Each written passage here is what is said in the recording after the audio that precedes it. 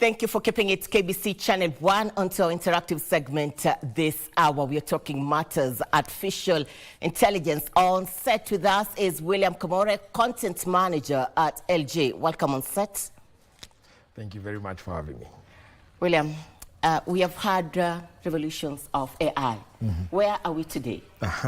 You see, when it comes to AI, it usually evolves a lot during the years. And going from, I think the last time we were here, we were talking about smart homes. So now we're talking about more AI integration in the daily lives that we do, and also in how best it can be used in various sectors that we have, or helping each and every individuals, or in every sector, be it educational, healthcare, or on any.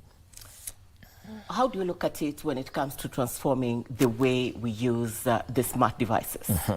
You see, most of these smart devices, you'll see they have already utilized AI. And in most things, you'll find that most customers would not know how AI affects them or how it works in their use. So you'll find that, for example, our smartphones, one of the things that smartphones have relied on is on AI, such that providing algorithms that make your interaction with your phone much more easier. That's where you find maybe one day you are looking, or you are thinking about buying a refrigerator or a TV, and then you went online and then you just searched. And then during the course of the week, you wonder, with your interaction on your phone, you are getting more information and ads, or getting more information about refrigerators or so. So that's one type of an AI, meaning that it's able to help you in your daily use and also reduce your time that you would use to have any other common things you might be doing.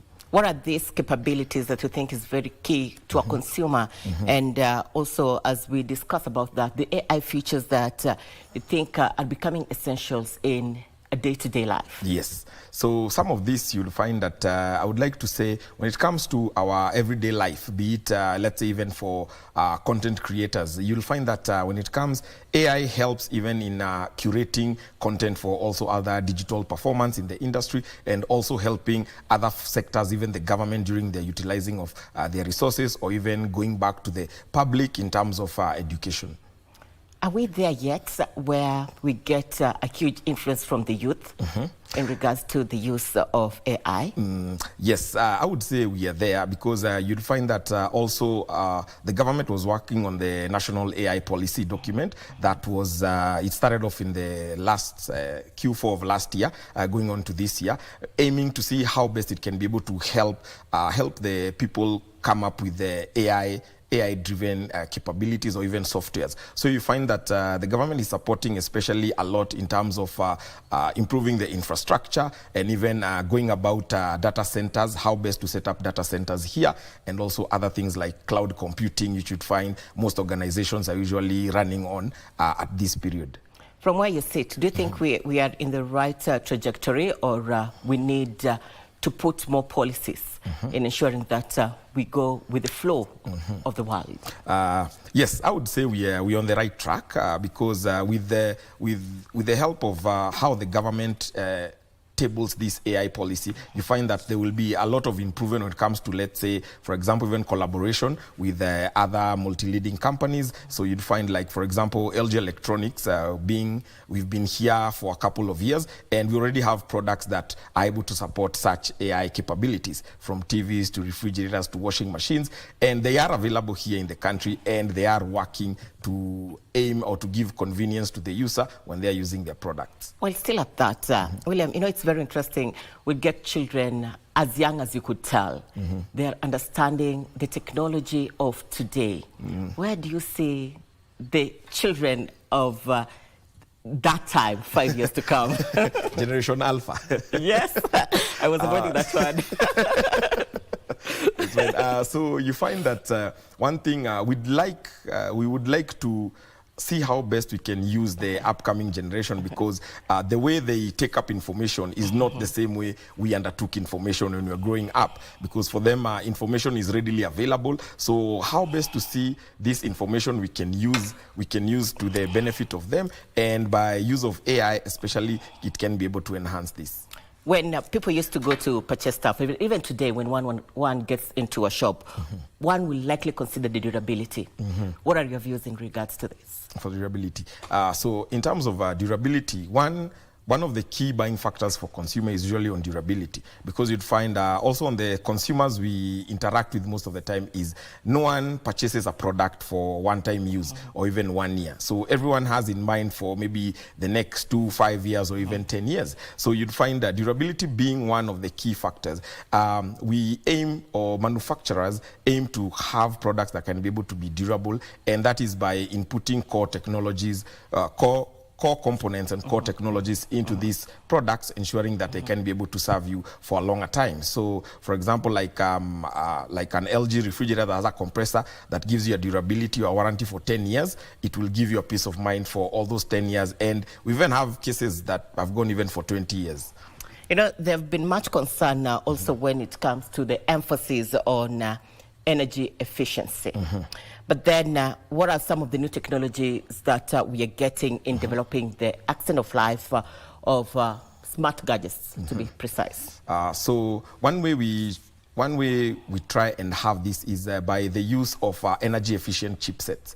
So you find, so what these chipsets do is that for them to improve on your durability, they help the devices you have or the smart gadgets to improve on the performance, as well as being energy efficient and eco-friendly to the environment, because that's one of the key factors we also have to take care. What do you say when it comes to evolving of AI in line with the smart gadgets?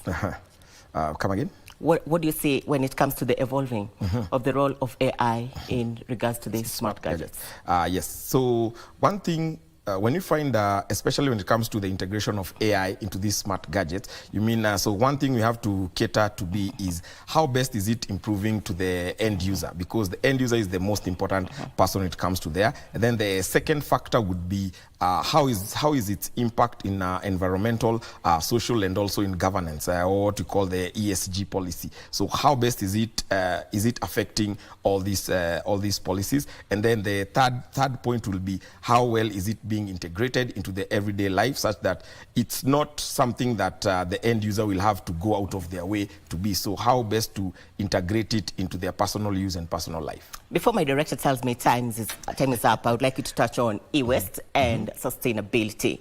What is the future of this too in line with AI? Okay, so one thing you find that, because one of the factors of most people why they're afraid of AI is because if you talk about any new technology, so one misconception most people have is, one, there'll be security concerns. The second misconception will be these products we're talking about AI, they will be more expensive than what we have. So now it goes back to the drawing board, especially for manufacturers. And you find, like, for example, in LG Electronics, we aim to have recycled and reused components. So having these components that are recycled and reused, so one, you'll get to take care of or meet your ESG standards, which you've set. And then the second, it will make also the other devices coming up with the new features, adding new features for AI and the use of, let's say, recyclable material or reusing other components. It will at the end make also the devices or the smart gadgets much more affordable. But looking at it, William, I don't think we're doing enough when it comes to e-waste. And I think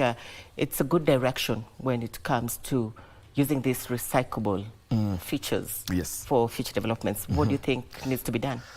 We need, one of the things is mass education, because you'd find that everyone, even for most of the viewers who are watching here, someone would have a product and they don't know if they're not using it, or it has got damaged or broken. They don't know how best to dispose it. So one is being able to educate the masses on how best to throw their e-waste, or where they can be able to recollect. So you find that LG Electronics, we have our accredited service centers, where if you have a product, you don't know how best to dispose it, you can drop it there and it will be disposed in the right way. And as we walk out, what do you think will be the next big innovations in lines with technology?